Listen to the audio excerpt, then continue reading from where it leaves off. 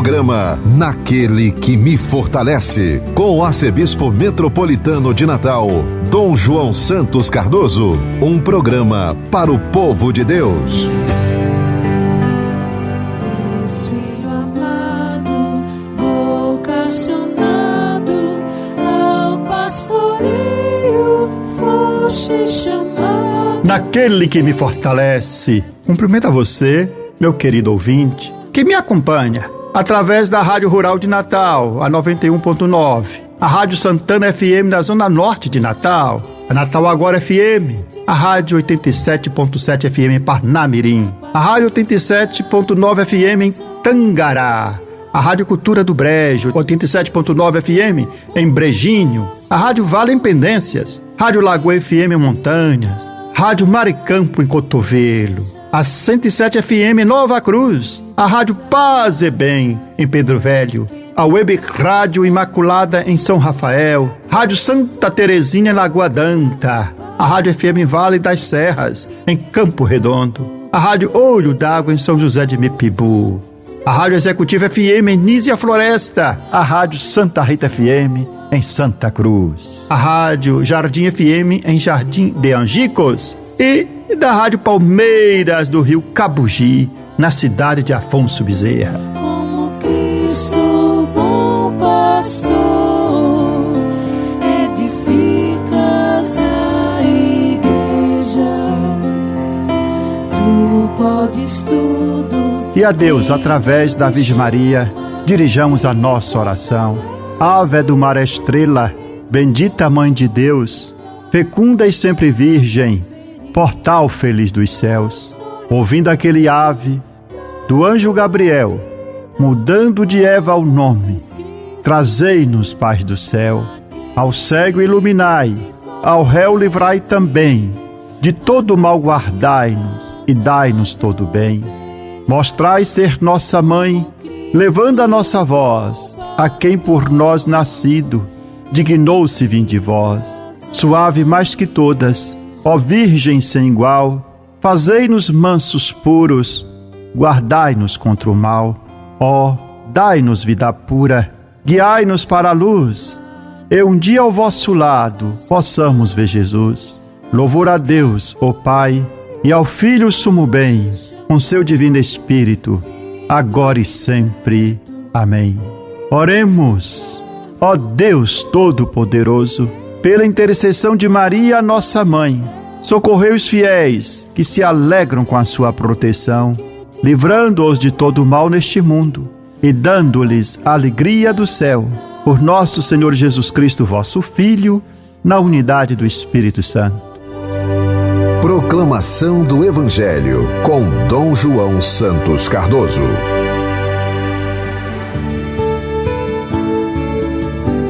Nesse terceiro domingo da Quaresma, o Evangelho proclamado é o de João. Segundo a narrativa de São João, capítulo 2, versículo de 13 a 25, estava próxima a Páscoa dos judeus e Jesus subiu a Jerusalém.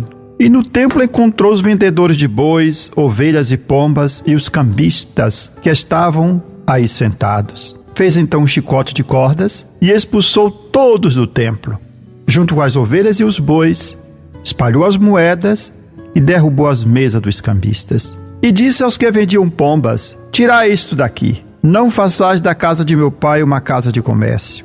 Seus discípulos lembraram-se mais tarde que a Escritura diz: o zelo por tua casa me consumirá. Então os judeus perguntaram a Jesus: que sinal nos mostras para agir assim? Ele respondeu: destruí este templo, e em 3 dias o levantarei. Os judeus disseram: 46 anos foram precisos para a construção deste santuário, e tu o levantarás em 3 dias? Mas Jesus estava falando do templo do seu corpo. Quando Jesus ressuscitou, os discípulos lembraram-se do que ele tinha dito e acreditaram na Escritura e na palavra dele. Jesus estava em Jerusalém durante a festa da Páscoa. Vendo os sinais que realizava, muitos creram no seu nome, mas Jesus não lhes dava crédito, pois ele conhecia todos e não precisava do testemunho de ninguém acerca do ser humano, porque ele conhecia o homem por dentro. Palavra da salvação, glória a vós, Senhor.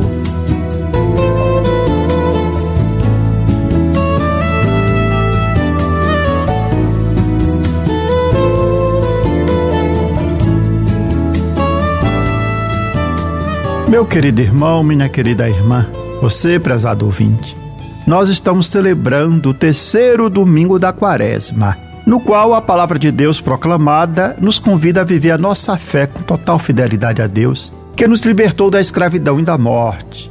E a Quaresma é esse tempo propício, esse tempo favorável para reconhecermos que precisamos ser conduzidos por Deus. É um tempo de renovar o nosso coração e de nos convertermos e de fazer a purificação do nosso templo interior. O Evangelho de segundo João que nós ouvimos narra o episódio em que Jesus expulsa os vendilhões do templo de Jerusalém, ou seja, os vendedores de animais e os cambistas. O episódio, referido por todos os evangelistas, aconteceu nas proximidades da festa da Páscoa. Teve uma grande repercussão entre a multidão e os discípulos de Jesus.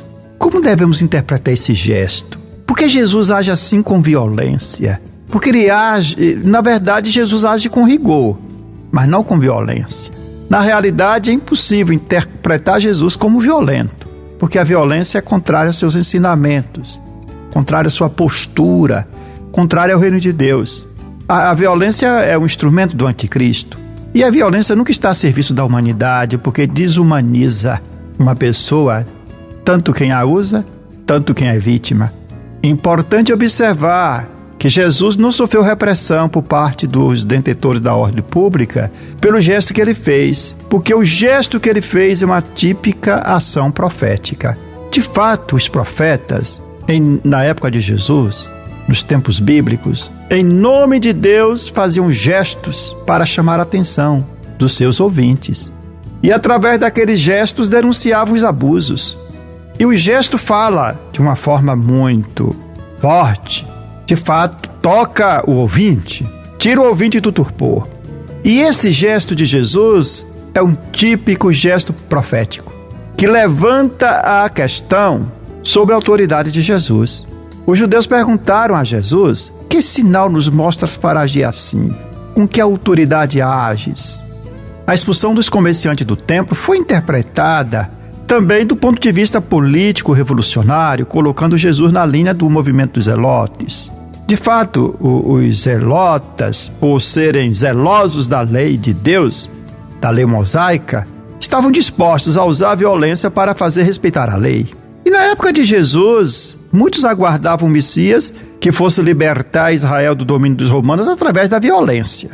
Mas Jesus não assumiu essa postura e por isso ele desiludiu a expectativa desse grupo, a tal ponto que alguns discípulos o abandonaram. Possivelmente Judas fosse um zelota e por isso, decepcionado com o modo de agir de Jesus, o teria traído. Segundo alguns comentaristas, ficou decepcionado Judas quando via que Jesus não ia adotar o caminho da violência para se apoderar do reino de Israel. Devemos ouvir, portanto, as palavras que Jesus disse quando ele fez aquele gesto de expulsar os vendilhões do templo. O que fala Jesus? Tirai isto daqui, não façais da casa de meu pai uma casa de comércio. E os discípulos, ao ouvirem esta frase de Jesus, recordaram-se daquilo que está escrito no Salmo, o Salmo 69, o versículo 10, o zelo por tua casa me consumirá. E este versículo, citado pelos discípulos, oferece a chave de leitura para compreender a atitude de Jesus. Jesus é consumido por este zelo pela casa de Deus. E é esse zelo que o faz expulsar os vendilhões do templo, diante do pedido dos responsáveis religiosos, que pedem a Jesus o sinal da sua autoridade, porque ele agia daquele modo, no meio também dos presentes que estavam admirados, ele afirma: destrui este templo, em 3 dias eu o edificarei. Essas palavras são misteriosas, incompreensíveis de serem entendidas naquele momento. E João interpreta-as para seus leitores, observando, dizendo o seguinte: ele falava do templo, que é o seu corpo. Os seus adversários iriam destruir aquele templo, mas depois de 3 dias ele o reconstruiria mediante a ressurreição. A dolorosa e escandalosa morte de Cristo seria coroada pelo triunfo da sua gloriosa ressurreição. Assim, Jesus indica a sua morte e ressurreição como prova da sua autoridade. Sua atitude de expulsar os vendilhões do templo nos exorta a viver não em busca de vantagens pessoais, mas viver buscando a glória de Deus, afastando a tentação de transformar a casa de Deus em mercado. E este ensinamento é atual, não apenas para as comunidades eclesiais, mas para todos, para que não instrumentalize a religião. Não devemos jamais instrumentalizar a religião para interesses particulares, para interesses pessoais, para a glória de si mesmo. Com a Páscoa de Jesus começa um novo culto, o culto do amor, e um novo tempo, que é Ele mesmo, Cristo ressuscitado, mediante o qual cada crente pode adorar a Deus em espírito e verdade. De qualquer forma, a explicação de Jesus, destruir este templo, em 3 dias eu o levantarei, nos prepara para viver o período quaresmal, na certeza da Páscoa, fixando nosso olhar no crucificado, vislumbrando nele o resplendor do ressuscitado. Também, no 3º domingo da Quaresma, a primeira leitura que é lida na liturgia é do Êxodo, capítulo 20, versículo de 1 a 17, que narra a proclamação dos 10 mandamentos da lei de Deus, o Decálogo. Deus dá seus mandamentos ao povo de Israel. Qual foi a motivação pela qual Deus deu os 10 mandamentos ao povo de Israel e promulgou o Decálogo? Reside o fato dele ter dado os mandamentos unicamente na sua autoridade libertadora. Foi Deus quem libertou Israel da escravidão do Egito.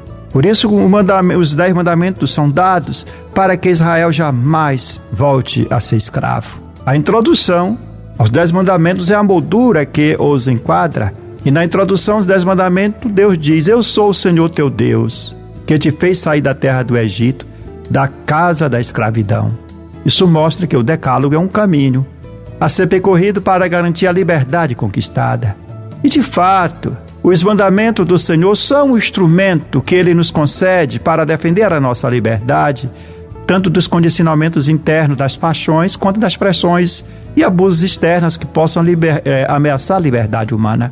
Os mandamentos da lei de Deus não limitam a nossa liberdade, mas é a condição de possibilidade de sua realização. Sem a observância dos mandamentos da lei de Deus, nós caímos em novas escravidões.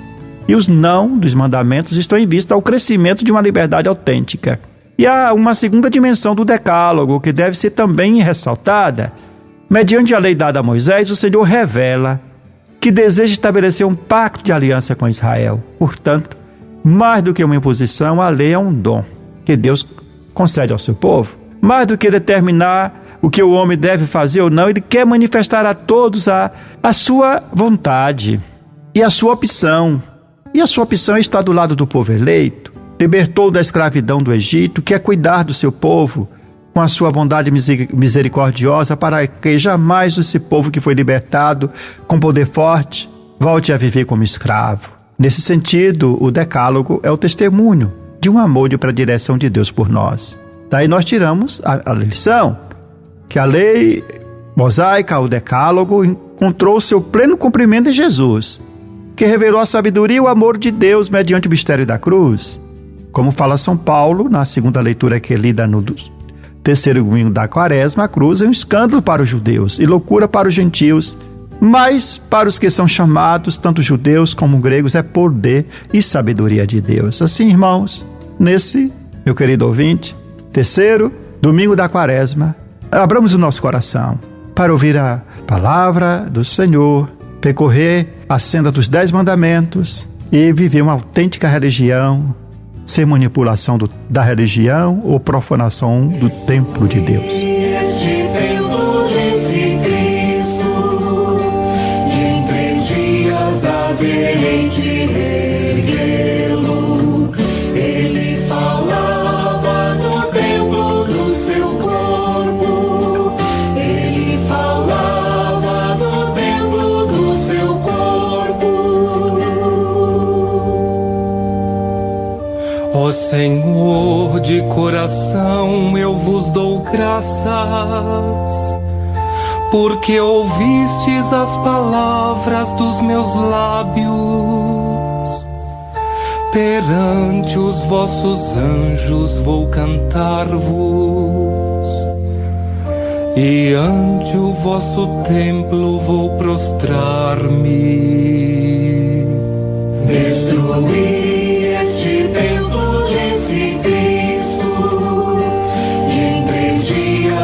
haverem de erguê-lo. Ele falava no templo do seu corpo. Ele falava no templo do seu corpo. Eu agradeço vosso amor, vossa verdade, porque fizestes muito mais que prometestes. Naquele dia em que gritei, vós me escutastes e aumentastes o vigor da minha alma. Destruí este templo, disse Cristo, e em 3 dias haverei de erguê-lo. Ele falava no templo do seu corpo. Ele falava no templo do seu corpo. Você está ouvindo Naquele que me fortalece, com Dom João Santos Cardoso. Palavra que evangeliza.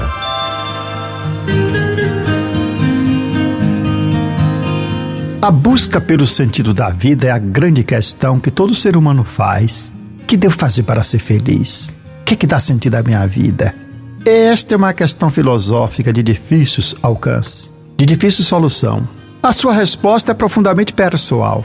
E a resposta emerge de experiências únicas que cada um de nós faz. São essas experiências profundas que reorientam a nossa existência e dá a ela um novo rumo. São experiências transformadoras que têm o poder de desencadear uma reconfiguração completa da nossa vida. E geralmente essas experiências decisivas, que dão um novo norte à vida de alguém, são de natureza místico-religiosa. No entanto, é possível encontrar razões para viver e atribuir significado ao vazio existencial por meio de uma experiência ética. Foi esse o primeiro caminho que Jesus propôs àquele jovem, aquele homem rico, que tinha muitas posses, mas não se sentia feliz e perguntou o que era necessário fazer para ser feliz. A primeira proposta que Jesus faz é percorrer um caminho ético. Cumpriu os mandamentos da lei de Deus, mas ele falou que já havia percorrido aquele caminho e não era feliz. Então é aquele Jesus propõe, então deixe tudo que você tem, vem, siga-me. Propõe o seguimento. Mas uma via para a realização de si mesmo é a ética, é conduzir uma vida decente. Nesse ponto, a filosofia da alteridade de Levinas se torna relevante e oferece uma resposta iluminadora a esta questão do sentido da vida. A filosofia da alteridade de Levinas destaca a ética como o caminho para a solução da questão do sentido da vida. E a filosofia da alteridade nos leva a sair do isolamento do ser, abrindo-nos para o outro e tornando-nos responsáveis por ele, independentemente da sua reciprocidade. Com base nessa filosofia, o caminho para encontrar o sentido da vida não está na especulação teórica, mas na prática ética de nos relacionarmos com o outro. Para Levinas, a ética é a base fundamental da filosofia, transcendendo até mesmo a ontologia. A ética é a categoria primeira, aquela a partir da qual os outros ramos da filosofia adquirem sentido. E é na relação com o outro que todo sentido irrompe. Ao nos abrirmos para o outro, tornamos-nos responsáveis por ele, independentemente de qualquer reciprocidade. Diante do rosto do outro, o sujeito se descobre responsável. E aí então lhe vem a ideia do infinito. A crítica que o filósofo Levinas faz à ontologia como categoria primeira denuncia aquela postura violenta e totalizante do discurso filosófico ocidental. O discurso filosófico ocidental ficou muito prisioneiro da categoria do ser e assim não conseguiu pensar a diferença e a singularidade da pessoa humana. Tal valorização do ser, valorização exacerbada da razão totalizante, provocou o esquecimento da ética na compreensão do ser. A guerra ontológica destruiu a exterioridade, negando o outro como o outro, reduzindo dentro de uma perspectiva da mesmidade. A crítica que o filósofo Levinas faz à ontologia ressalta a importância de reconhecer a singularidade e a diferença do outro. Ele nos leva a reconhecer que é na relação com o outro que encontramos o sentido da vida, do ser, especialmente quando nos confrontamos com o rosto do outro, que nos impele a agir eticamente. A sua proposta ética prioriza a relação com o outro, mantendo a sua irredutibilidade. Ou seja, o outro não pode ser manipulado, não pode ser reduzido a uma coisa. E Levinas descreve essa atitude como uma relação face a face, na qual a subjetividade se encontra com o rosto do outro, reconhecendo sua infinitude e transcendência, assumindo aquela responsabilidade por ele. Pois o rosto que se coloca a mim, de uma forma desnuda e desprotegida, me coloca um apelo: não o matarás. E este apelo desafia qualquer tentativa de totalização. Ser para o outro, portanto, é a via da realização pessoal, e ser para o outro significa responsabilizar-se por ele, permitindo ao eu superar o rumor anônimo e sem sentido do ser. Em seu livro Da Existência ao Existente, Levinas aprofunda a questão do sentido da vida, destacando o conceito do Iliaus, o ar, que representa a existência pessoal e o vazio existencial. E ele argumenta que a saída desse vazio, do vazio existencial, não está na atribuição de significado ausentes do mundo, não está na atividade intelectual, mas no compromisso ético com o outro. E este compromisso transforma a condição humana, de ser para a morte, de ser para o outro, marcando uma transição do ar para a responsabilidade ética. E sair do ar, do existir, implica sair do vazio e colocar-se para o outro, abandonando aquela condição impessoal, escapando da imanência do ser. E este movimento ético rompe com a clausura do vazio existencial, ao relacionar a questão do sentido com a transcendência. Assim, a ética da alteridade nos convida a abandonar a condição do ar, do existir, isoladamente, do vazio sem sentido, e a nos engajar com o outro de uma forma desinteressada e responsável. Quando nos deparamos com o rosto do outro, que se revela e se dá completamente a nós, de uma forma vulnerável e desprotegida, nós somos conduzidos à transcendência e ao mistério. Somente ao nos colocarmos para o outro, transcendemos o vazio existencial e encontramos o verdadeiro sentido da vida na relação com o transcendente, seja que esse transcendente seja entendido como um Deus ou como algo além do próprio eu. Assim, o sentido da vida se encontra quando nós nos abrimos ao outro e construímos relações, respeitando a sua alteridade. Ouça toda semana nesta emissora o programa Naquele que me fortalece, com o arcebispo de Natal, Dom João Cardoso. Oração, comentário do Evangelho e reflexões. Contamos com a sua audiência. Aquele que me fortalece, ó irmãos, por Cristo a missão acontece. Aquele que me fortalece é o Senhor. Aquele que me fortalece é o Senhor. Aquele que me fortalece, ó irmãos, por Cristo a missão acontece. Naquele que me fortalece, assim concluímos esse nosso programa com esta oração, que devemos recitá-la todos os dias. Meu Deus, dai-me sempre a alegria de viver. Dai-me força para superar qualquer obstáculo. Não permita que eu me sinta fracassado. Erguei-me quando estiver abatido. Libertai-me quando estiver oprimido. Sustentai-me para que eu não caia em nenhuma tribulação. Que não falhe jamais minha fé em vós. No meio da tempestade, quando tudo parece perdido, minha fé esteja sempre ligada a vós. Senhor, meu coração confia em vós, porque sois fiel a mim e em todos os momentos. Amém. Eu sou o pão que dá vida, o pão para um mundo novo, que nutre, alimenta e sacia o caminhar do meu povo. Seja bendito o nome do Senhor, agora e para sempre. A nossa proteção está no nome do Senhor, que fez o céu e a terra. Que a bênção de Deus Todo-Poderoso, Pai, Filho e Espírito Santo, desça sobre vós e permaneça para sempre. Amém. Aquele que me fortalece é o Senhor. Aquele que me fortalece é o Senhor. Aquele que me fortalece, ó irmãos, por Cristo